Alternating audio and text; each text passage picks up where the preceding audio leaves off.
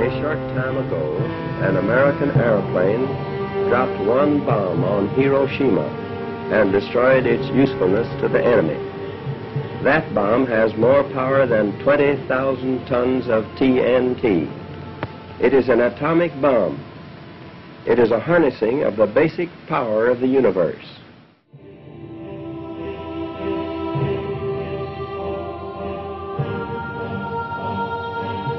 Chers amis, donc le 22 avril dernier marquait le 100e anniversaire de la première utilisation à grande échelle d'armes chimiques.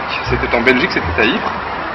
Notre ministre des Affaires étrangères nous rappelait à cette occasion que, je cite, le terrible effet des armes chimiques et l'atroce souffrance des victimes ont amené les gouvernements de l'époque à interdire leur utilisation en signant le protocole de Genève en 1925.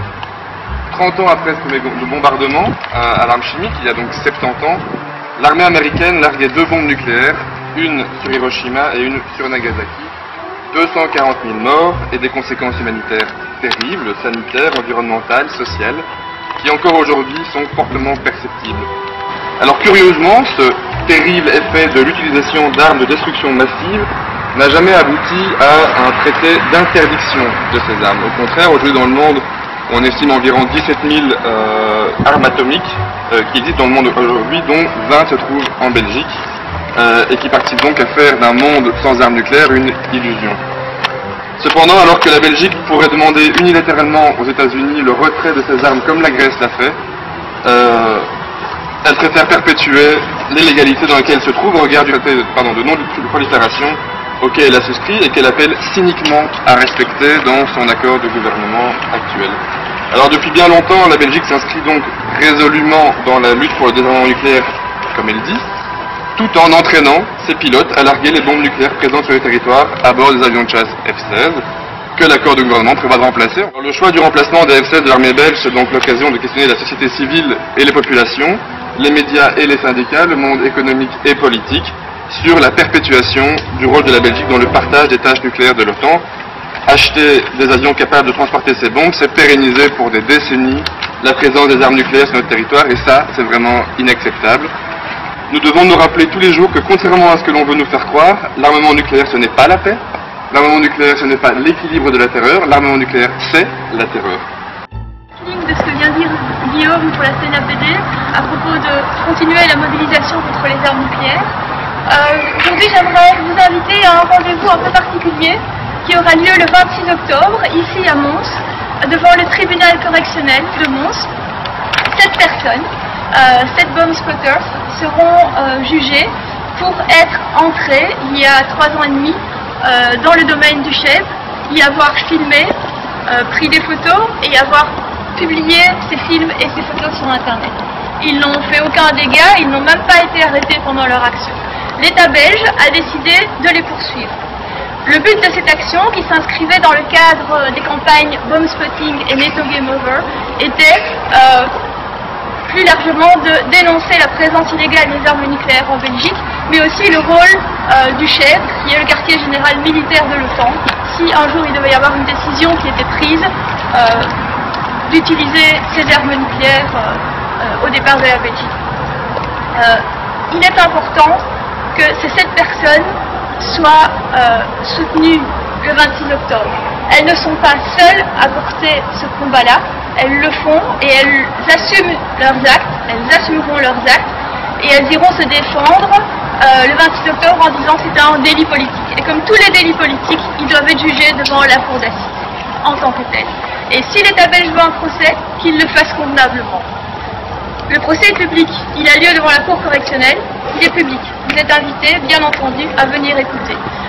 Nous vous donnons rendez-vous dès 8 h du matin avec une boisson chaude, parce que le 26 octobre, il est possible qu'il ne fasse pas aussi beau que ça. Avec une boisson chaude et en tout cas quelques animations, nous serons ravis de pouvoir vous rencontrer à cette occasion.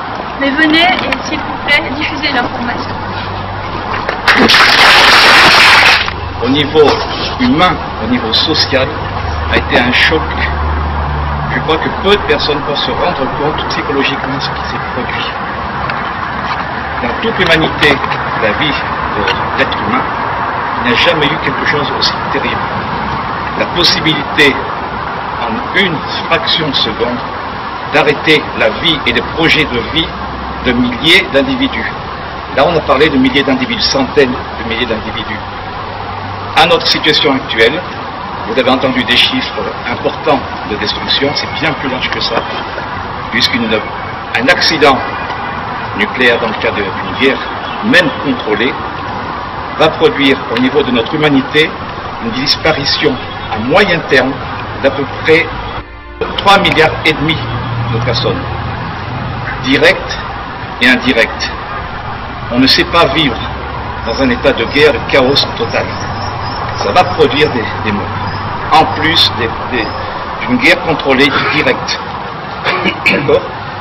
Pour exemple, les centrales nucléaires aujourd'hui peuvent survivre à peu près une semaine sans contrôle. Il y a des systèmes de sécurité.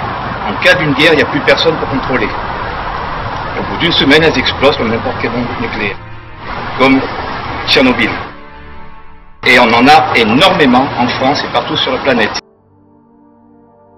On est fiers de notre électronucléaire. Ça va être la conséquence indirecte d'une guerre nucléaire. Comme premier problème. Deuxième problème, l'armement nucléaire aujourd'hui n'est pas le dernier, n'est pas le top de la destruction. Dans nos laboratoires, il existe aujourd'hui bien plus fort, bien plus puissant. Aujourd'hui, les fameux missiles qui se faisaient, la bombe à Hiroshima ou à Nagasaki, c'était des grosses choses. Aujourd'hui, c'est des petites pièces comme ça, la même puissance. Pour vous dire à quel degré on se trouve, parce qu'en fait, comme vous venez de citer votre exemple, on ne fait rien.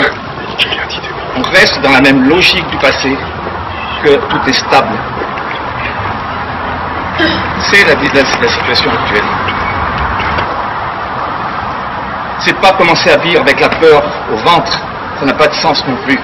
Mais il faut aujourd'hui s'impliquer vraiment avec le fond de son cœur et dire ça suffit, ça a assez duré. Je ne suis pas responsable, moi, à mon âge, j'ai bientôt 60 ans, de ce qui s'est passé à Hiroshima, j'étais trop petit, mais je le suis si je ne fais rien, si je ne dis rien de ce qui va se passer. Et agir pour la paix n'est pas simplement aller dans la rue, c'est aussi faire circuler l'information, parler autour de vous, créer des réseaux de communication où vraiment la paix et l'amour circulent entre les personnes et l'information. Essayons de prendre cette information entre les mains et de créer ce vrai réseau social et humain. Et ouvrons notre esprit et notre cœur à des nouvelles aspirations. Cette société humaine pour laquelle l'humanité a vécu aujourd'hui ce processus presque naturel qui nous a amenés aujourd'hui,